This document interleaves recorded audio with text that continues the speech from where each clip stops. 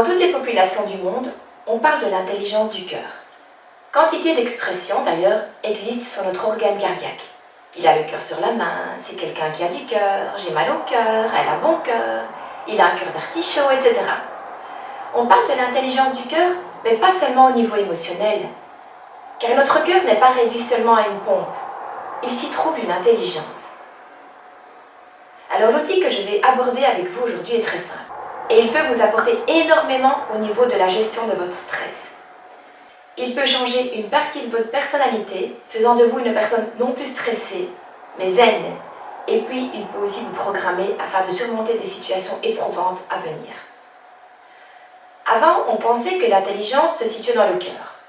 Mais au fur et à mesure de l'avancement de la science, on a remarqué que l'intégralité de celle-ci résidait dans le cerveau. Ces découvertes ont donc relégué le cœur à un simple rôle de pompe qui fait circuler le sang afin d'assurer l'équilibre cellulaire. Notre cerveau possède 100 milliards de neurones.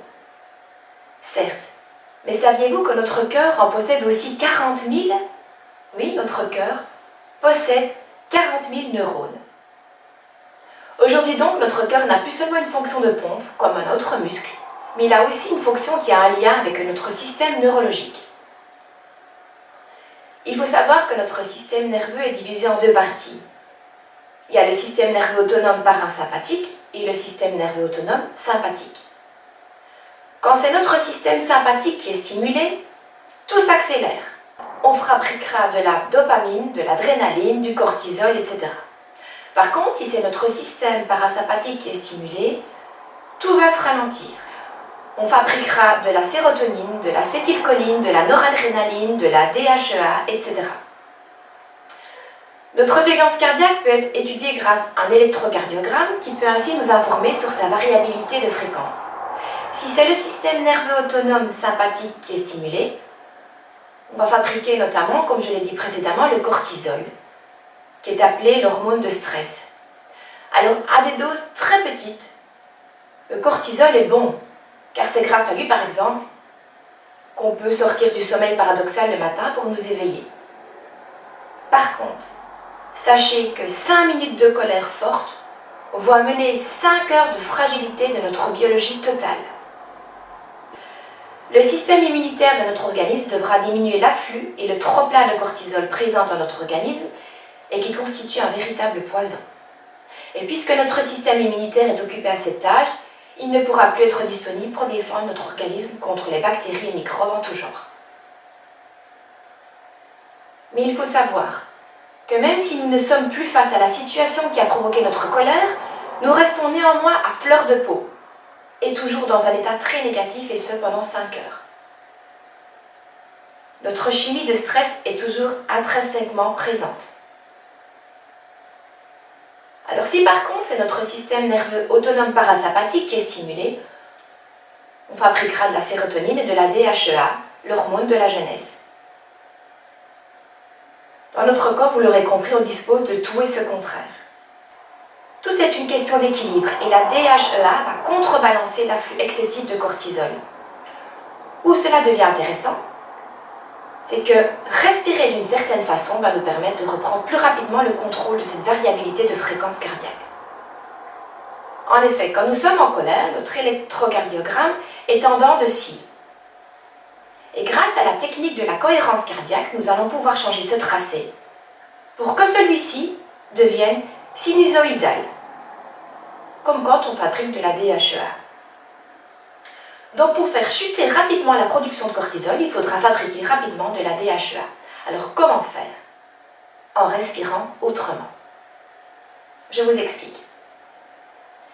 Il suffit de porter son attention sur un point particulier de notre corps, le cœur en l'occurrence, et faire venir des images super positives à notre esprit en se disant « je prends le contrôle », ce qui stimulera le système nerveux autonome parasympathique. Cela vous permettra de mieux gérer votre stress, de vous sentir mieux, ainsi que de contrebalancer rapidement l'effet du cortisol. Cette technique est super rapide et tellement efficace pour reprendre le contrôle de ses émotions. Cette technique fonctionne dans l'instant présent, après, mais aussi par anticipation d'une situation de stress. Donc, par exemple, si vous avez un examen ou une réunion importante, vous serez conditionné à pouvoir faire descendre votre taux de cortisol juste en imaginant que vous faites l'exercice que je vais vous montrer après. Donc grâce à cette technique, on peut changer la nature même de nos émotions, que ce soit la colère, l'envie de grignoter même, etc. En effet, 30 minutes de cohérence cardiaque peut vraiment aider les personnes en surpoids.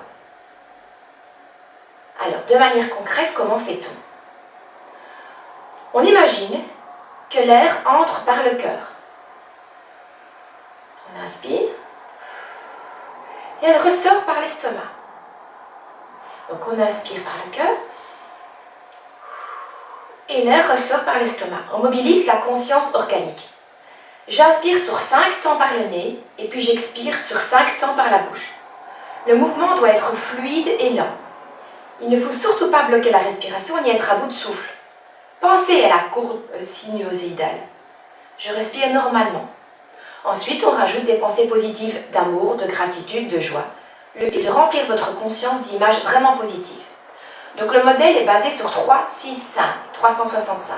3 fois par jour, 6 respirations par minute pendant 5 minutes. Je vous mets le lien d'une vidéo super efficace de 5 minutes qui vous aidera à suivre le bon rythme et à vous concentrer. Sachez encore qu'aux États-Unis, 4 compagnies de mutuelles obligent leurs patients victimes d'un infarctus à se rendre chez un professionnel pour faire de la cohérence cardiaque.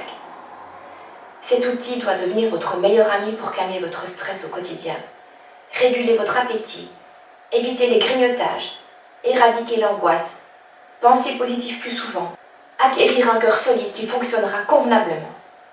Alors à consommer sans modération. Donc votre défi du jour, vous l'aurez compris, 3 fois par jour. Pratiquez la cohérence cardiaque. Donc je répète, inspirez par le cœur, expirez l'air en le faisant sortir de l'estomac. Donc développez votre conscience organique. On inspire par le nez, on fait comme si l'air inspiré entrait par votre cœur. Expirez par la bouche et faites sortir en 5 temps votre air par l'estomac. Voilà, je compte sur vous pour faire votre petit exercice. Essayez de le faire pendant au moins 21 jours. C'est ce que les experts préconisent pour que une routine devienne un rituel, devienne une habitude. On se retrouve dans une prochaine capsule. Ciao, ciao!